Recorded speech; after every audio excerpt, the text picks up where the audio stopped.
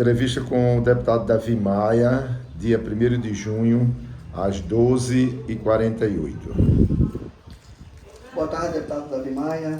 Primeiramente, nossos agradecimentos em nome do projeto Rio de Memórias, ligado à Prefeitura de Quebra-Angulo, acerca da grande enchente de 2010, que o senhor também estava presente como quebra-angulense, como articulador político naquele momento. Nossos agradecimentos, nossa boa tarde, primeiramente. Muito obrigado, é um prazer registrar esse fato que é tão marcante na história de Quebra-Angulo, na história de Alagoas, e que é um cenário de desastre que a gente vê se repetindo e que a gente tem que fazer algum plano de mitigação, pelo menos para que a gente conviva com esse cenário no futuro e que as pessoas não percam pelo menos a cada 10 anos, tudo o que a gente constrói.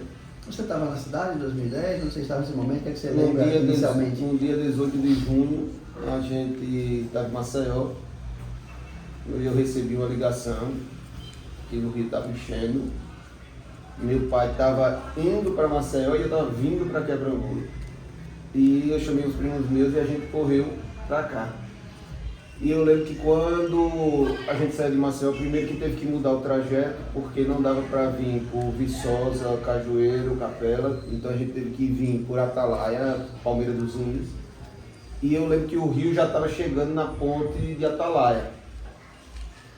E quando chegamos em Quebra-Angulo, a cidade já estava sem luz. Eu não consegui descer a rua da igreja matriz. Rua 13 de junho. Na rua 13 de junho, a gente teve que ficar na frente, exatamente na frente da casa da minha avó, porque o rio já estava na calçada. Naquele dia a gente dormiu dentro do carro. E era um cenário, assim, era uma coisa inimaginável. Eu já tinha visto outras enchentes do rio, outras cheias do rio, mas não daquela maneira. E quando a gente olhava, por exemplo, para o mercado da carne, a gente via água passando em cima da porta do mercado e só causava desespero. Então foi uma noite de tensão, porque você não imaginava, tudo podia acontecer, você só escutava aquela noite o barulho das casas caindo. E era muito no som e na imaginação do que podia estar acontecendo. Quando deu 4 horas da manhã, o rio baixou um pouco. Quer dizer, baixou um pouco não, baixou muito, já estava. E você vendo as pessoas levando as coisas na cabeça.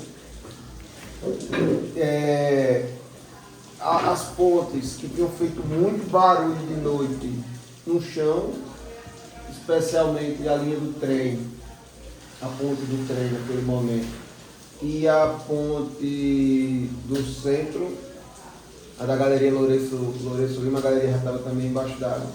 E aí quando o rio baixou, de vez que a gente foi andar na cidade, eu lembro muito do cenário de guerra e de desastre, que a gente viu muitas casas no chão, a cidade toda de lama, cheia de lama. A angústia, só dava vontade de chorar, só era o sentimento que a gente tinha naquele dia. E a gente andava para cima e para baixo, as pessoas desesperadas. Foi uma imagem que eu não vou esquecer nunca. Nem vai tirar da minha cabeça nunca, foi aquele impacto. Os mercados desabastecidos, não tinha energia na cidade, não tinha água na cidade. Você olhava para o telhado de algumas casas, tinha carro em cima de casa, moto em cima de casa. Em cima, quando eu digo em cima, é do telhado mesmo. E outras casas, e muito porco nos telhados, vaca nos telhados. São imagens assim. E o rio continuava fazendo muito barulho porque trouxe muita árvore. Então toda vez que essa árvore chegava aqui na ponte, no resto das pontes, que batia, causava aquele estrondo. E aí as pessoas corriam. E aí tentar reorganizar aquilo. meu pai na época deu uma ordem e disse: a primeira coisa é limpar. Vamos limpar a cidade e ajudar as pessoas a tirarem os seus mantimentos, olhar quem está desalojado, quem está desabrigado. Eu me lembro também que eu corri para as televisões de Maceió com algumas imagens, especialmente de celular, mandei muita imagem para Maceió e corri para Maceió para apelar às pessoas que ajudassem quebra-angulo, com roupa, mantimento, porque as pessoas tinham perdido tudo. Do mesmo modo que eu saí daqui, que fui para a televisão, fui para o Palácio do Governo, cheguei lá, estava tendo uma reunião de crise do então governador Teotônio Vilela com todos os seus secretários, com defesa civil, e eu entrei no gabinete dele, todo melado de barro, essa imagem, até ainda meio que emocionado. E eu disse: governador, ou o senhor fala alguma coisa, ou pode riscar quebra-angulo do mapa. Porque a cidade acabou. Não tem mais nada, a gente não tem como abastecer as pessoas, não tem como abastecer de água, não tem como abastecer de comida, as pessoas não têm onde dormir, não têm onde passar a noite.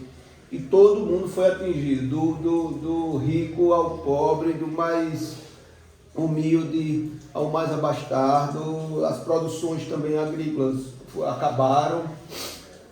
Quem tinha sua vacaria, como eu disse, quem tinha sua pocilga, e foi um momento muito, muito, muito delicado, como eu digo, não vou esquecer mais nunca daquela imagem. Deputado Davi, qual é a sensação nesse momento que você sentia em ver tudo isso? Não, só era de isolamento, de tristeza. Porque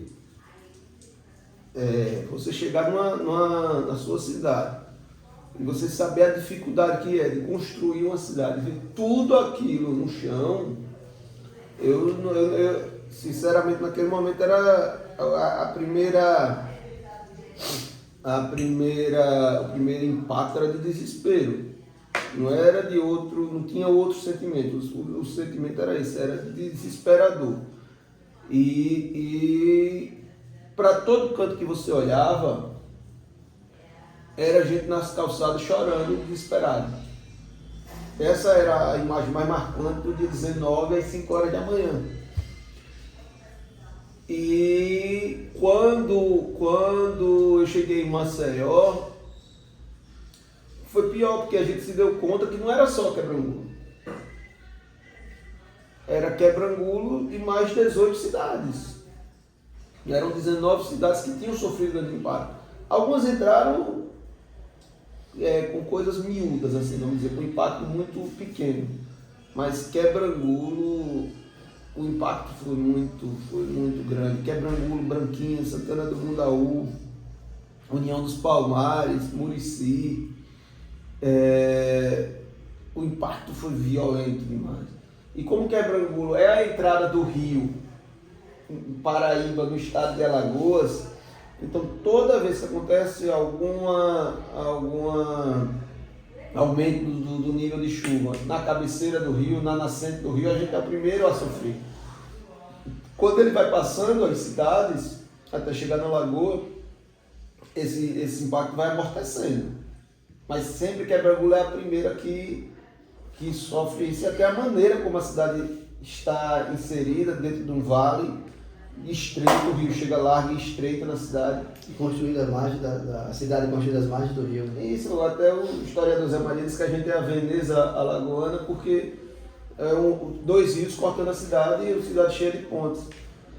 E o rio aqui, com sua beleza, ele faz várias curvas dentro da cidade, ele sai de ali dentro. E a cidade foi acompanhando o leito do rio Paraíba.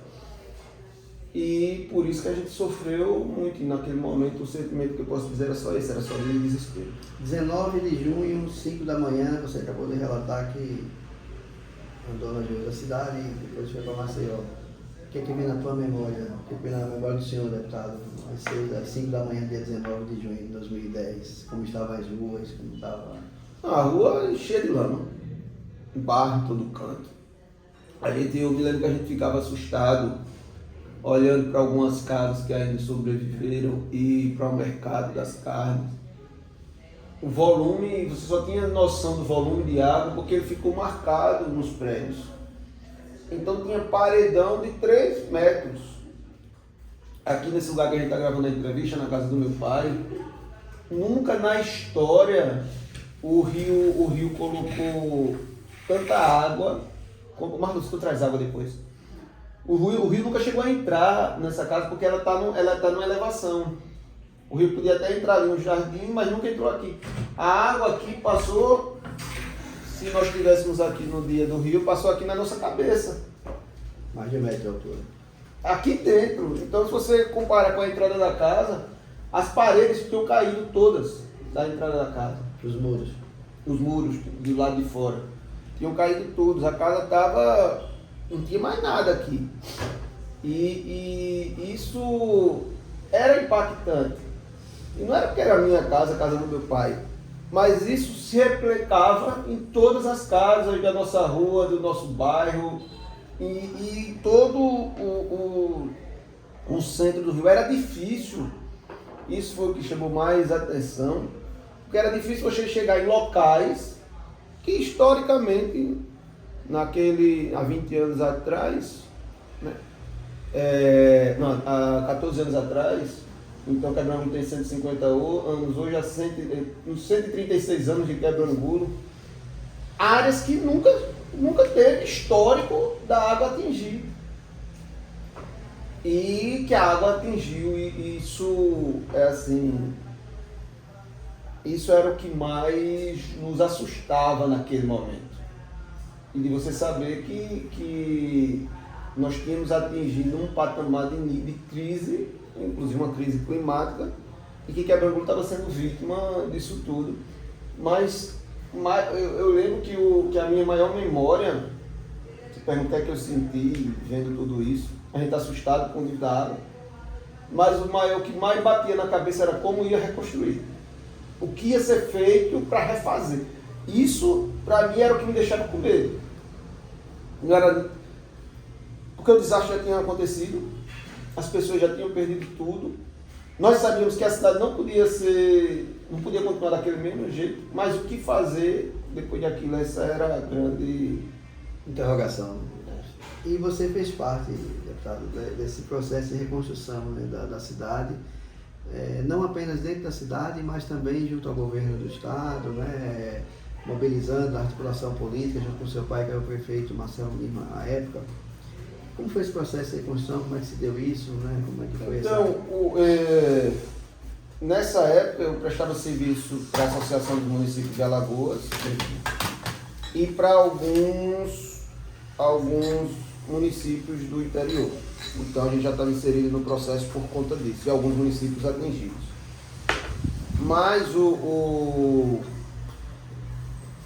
governador Teotônio Vilela tomou naquele momento uma atitude de imediato criar um gabinete de crise e de reconstrução.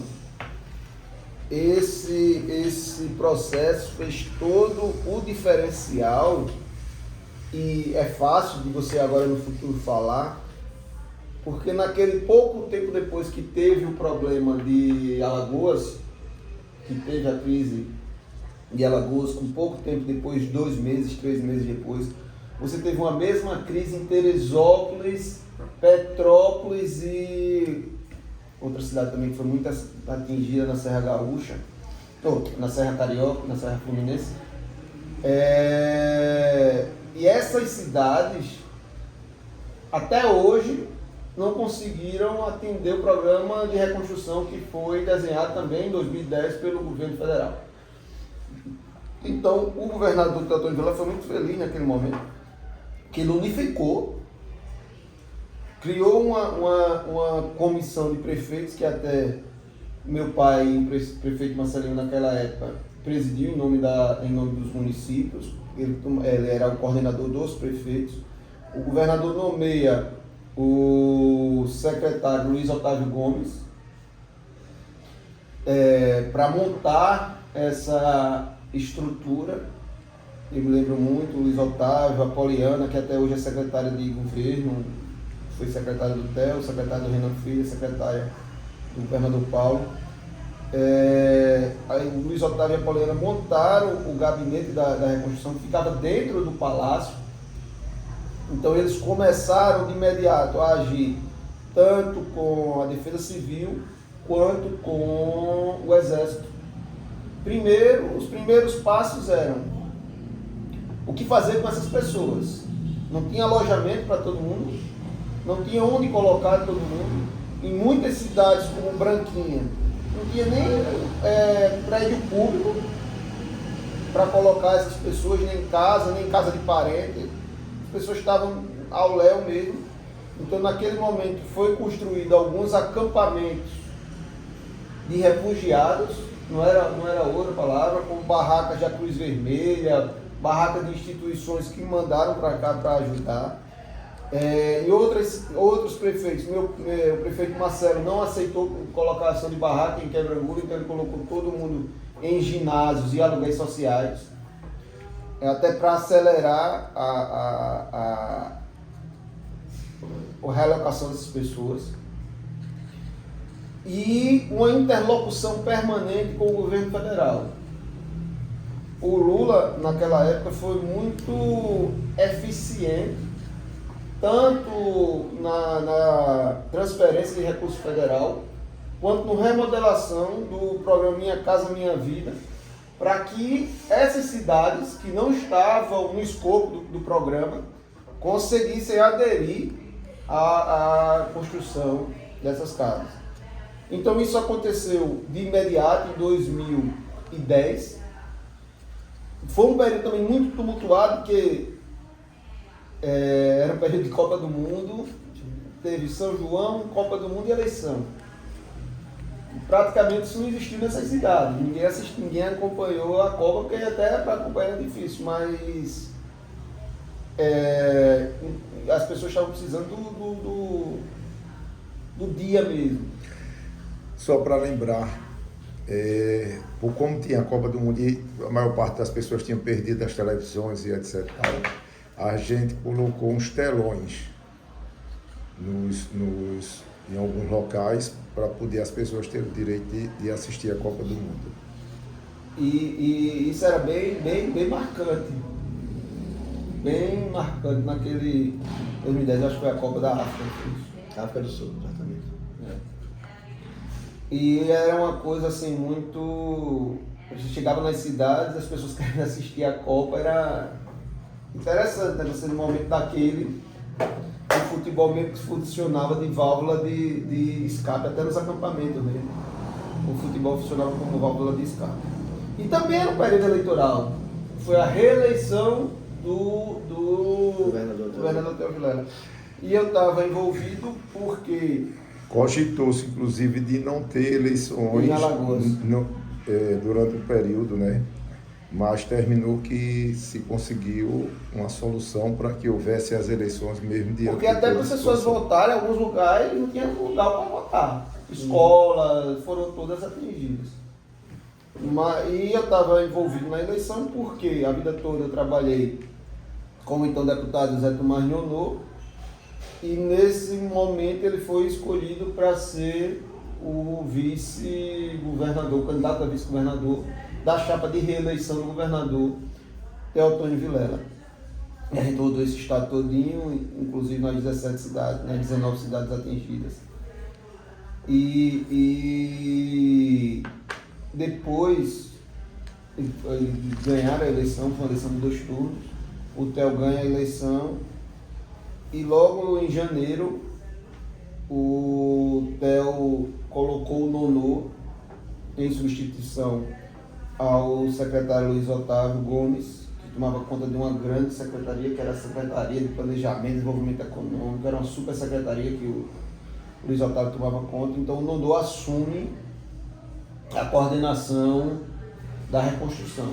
Até para dar mais peso político, né? Ser o vice-governador do estado. Exato. Com certeza isso pesou muito. A imagem do vice-governador era a imagem do governador e realmente funcionava como um governo, entre aspas, paralelo.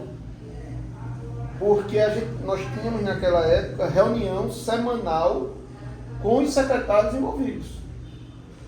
secretário de Infraestrutura, secretário de Planejamento, secretário de Saúde, secretário de Educação. E eu funcionava como uma espécie de subcoordenador. Todos os projetos, programas e acompanhamentos e índices, era a gente que tomava conta. E era um trabalho hercúleo, porque envolvia, por exemplo, a construção das casas, envolvia todo o sistema da construção civil de Alagoas, através do Sinduscom, uma interlocução diária com a Caixa Econômica Federal e uma interlocução com todas as outras partes envolvidas, porque, por exemplo, em Branquinha, onde a reconstrução foi feita sob platores, o Estado tinha que desapropriar a área, então era um setor. A infraestrutura tinha que vir com toda a infraestrutura externa de onde iam ser construídas, que era uma cidade nova, como foi em Santana do Mundaú, por exemplo. E Minha Casa Minha Vida, através da Caixa Econômica, a construção das casas. Sendo que, como era uma cidade nova, essa construção das casas já tinha que andar par e passo com os equipamentos de saúde e com os equipamentos de educação. Tudo isso sendo construído simultaneamente. Foram mais de 17 mil casas, foi mais de 1 bilhão e 700 milhões de investimento, isso no ano de 2011. Se você calcular a inflação desses 13 anos, para atualizar esse volume, é um recurso assim, para Alagoas, foi inimaginável. E também tinha a Secretaria da Assistência Social, por exemplo, construiu cozinhas comunitárias nos acampamentos, então a gente tinha que acompanhar também como era que estava sendo o atendimento desse acampamento, porque teve acampamento que perdurou muito tempo, um ano e meio, e as pessoas morando naquelas barracas até irem para suas casas, que aí também o MONU teve um papel fundamental da gente conseguir convencer a Caixa Econômica e o governo federal que eles só aceitavam a entrega dos conjuntos com 100% de plenitude, 100% de obra, e a gente fez uma inversão, isso foi a nível nacional, que a gente primeiro entrava com o sistema de água, sistema de saneamento e construção de casas por bloco. E aí a cada 20, 30, 40 casas, a gente entregava para tirar as pessoas das barracas. Essa era a maior preocupação naquele momento. Sendo que não era só isso. A gente também tinha que restabelecer, por exemplo, a vida das pessoas que ficaram ilhadas na zona rural. Então tinha pontos que você precisava construir em 45 e 60 dias, porque tinham regiões inteiras, como em União dos Palmares, uma região quilombola lá que ficou muito tempo ilhado. As pessoas para atravessar tinham que passar por corda ou por dentro do rio. E isso acontecia assim, cada cidade, cada local era de uma maneira. E lógico, como você me lembrou, a importância política do vice-governador. E eu tive um prazer, eu posso dizer que é um prazer mesmo trabalhar nessa reconstrução, pelo menos aí, dedicado a isso 3 anos da minha vida direto.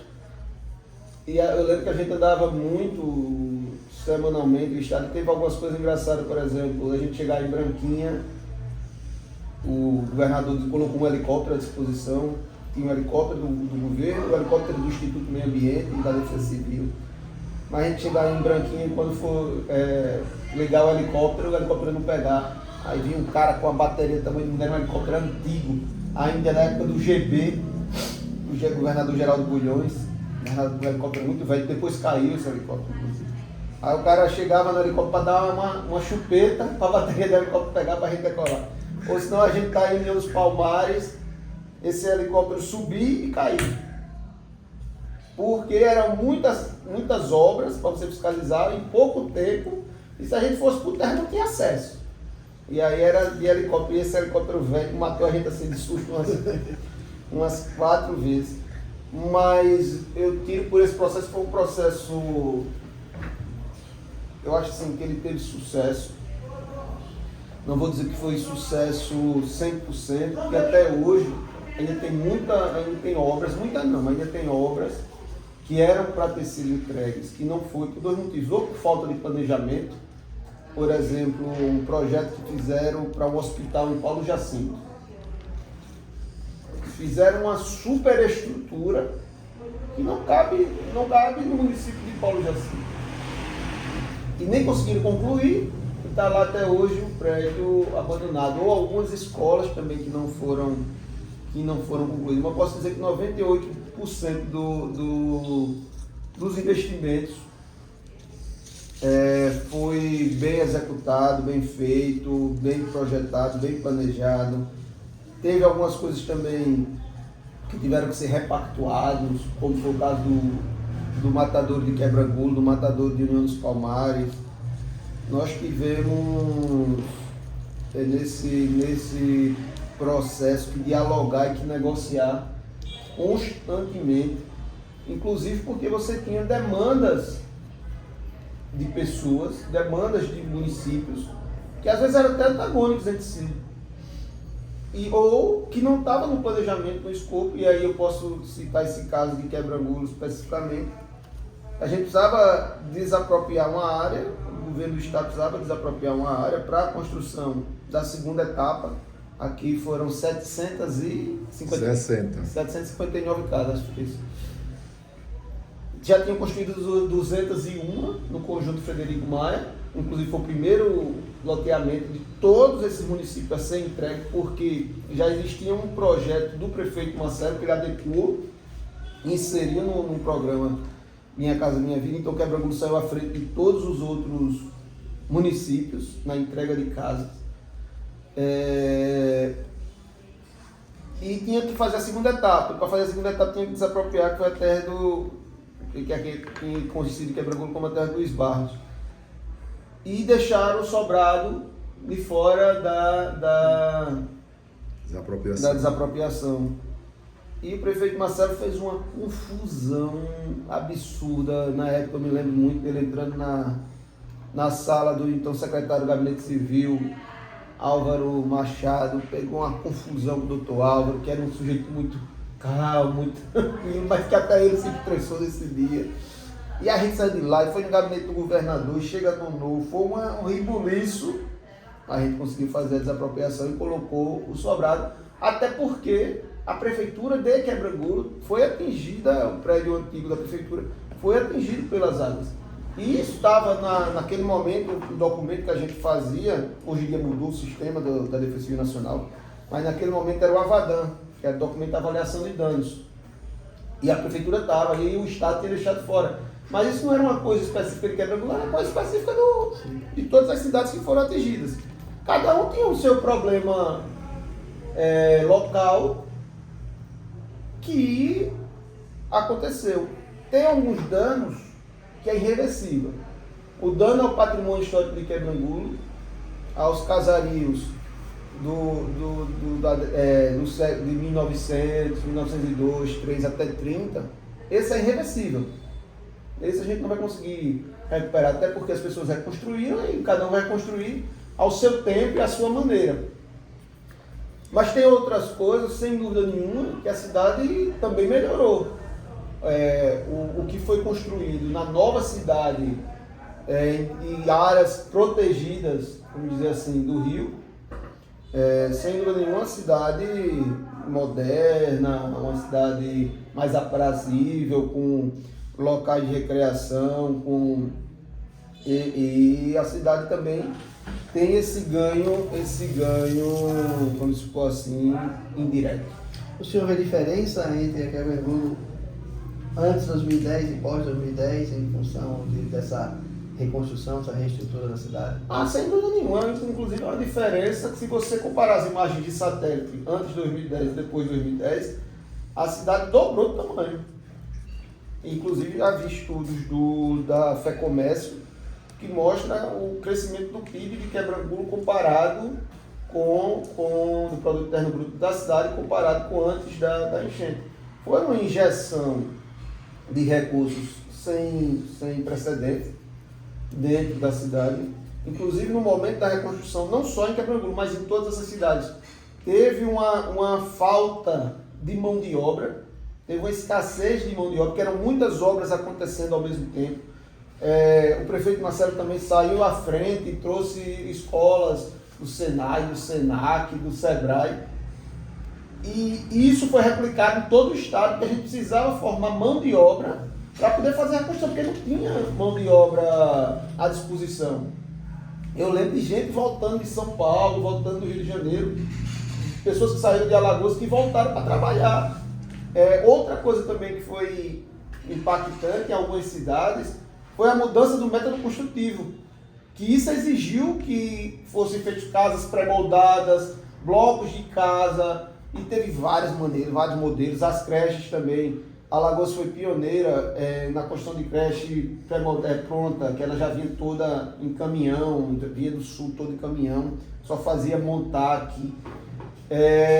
E em Quebrangulo particularmente, a gente tem uma expansão da zona urbana da cidade, e como eu estou dizendo, se você pega as imagens de satélite, a cidade praticamente é uma cruz.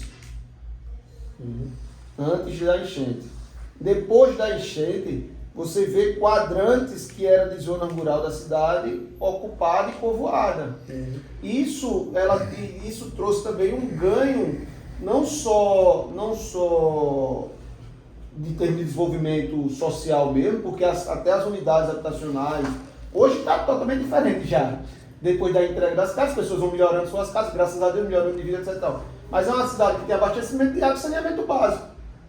Ela tem hoje uma margem de saneamento muito maior do que o que ela tinha antigamente. Por quê? Porque essas novas casas já foram preparadas com com abastecimento de água e tratamento de esgoto e drenagem de água pluvial. Então, você tem também este lado, você não vai construir, ou você não vai reconstruir pior do que era, você tem que construir melhor do que era.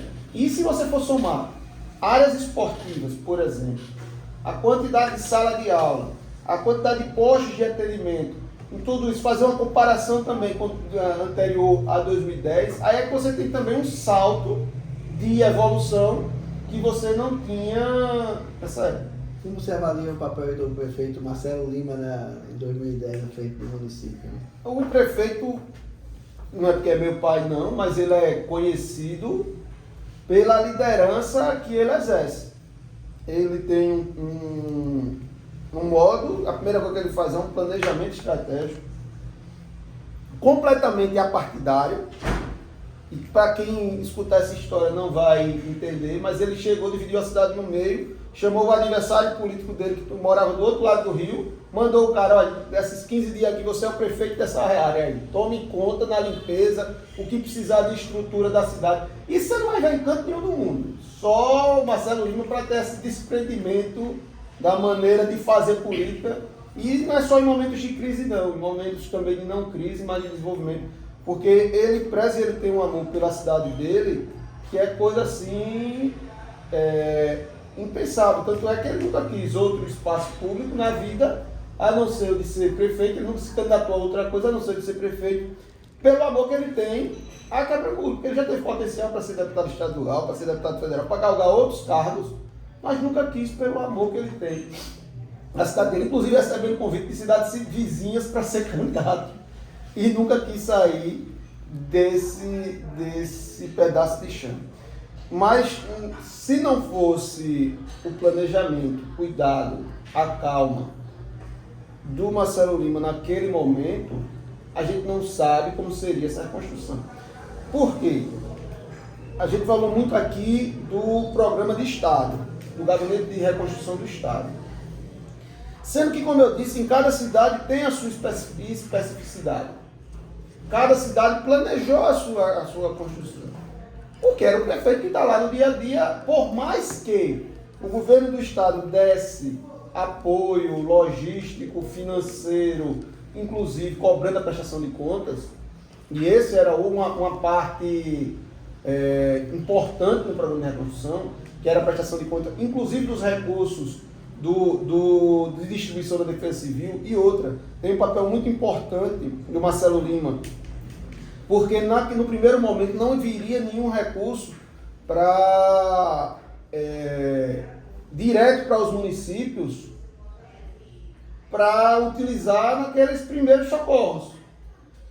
E foi em boas palavras, uma confusão que o Marcelo fez, que meu pai fez naquele momento, para que uma parte do recurso que veio para a Defesa Civil Estadual fosse repartido entre as defesas civis municipais, para que os prefeitos pudessem comprar colchão, comprar cesta básica, fazer contratação de carro-pipa, fazer esse atendimento primário, que não estava no planejamento da Defesa Civil, nem estadual, nem nacional. Foi uma confusão que meu pai fez naquele momento, que foi pontual, que foi importantíssimo. E essa prestação de conta também, Quebra-Mola foi a primeira que fez, e outros municípios tiveram problemas com a prestação de conta desse recurso.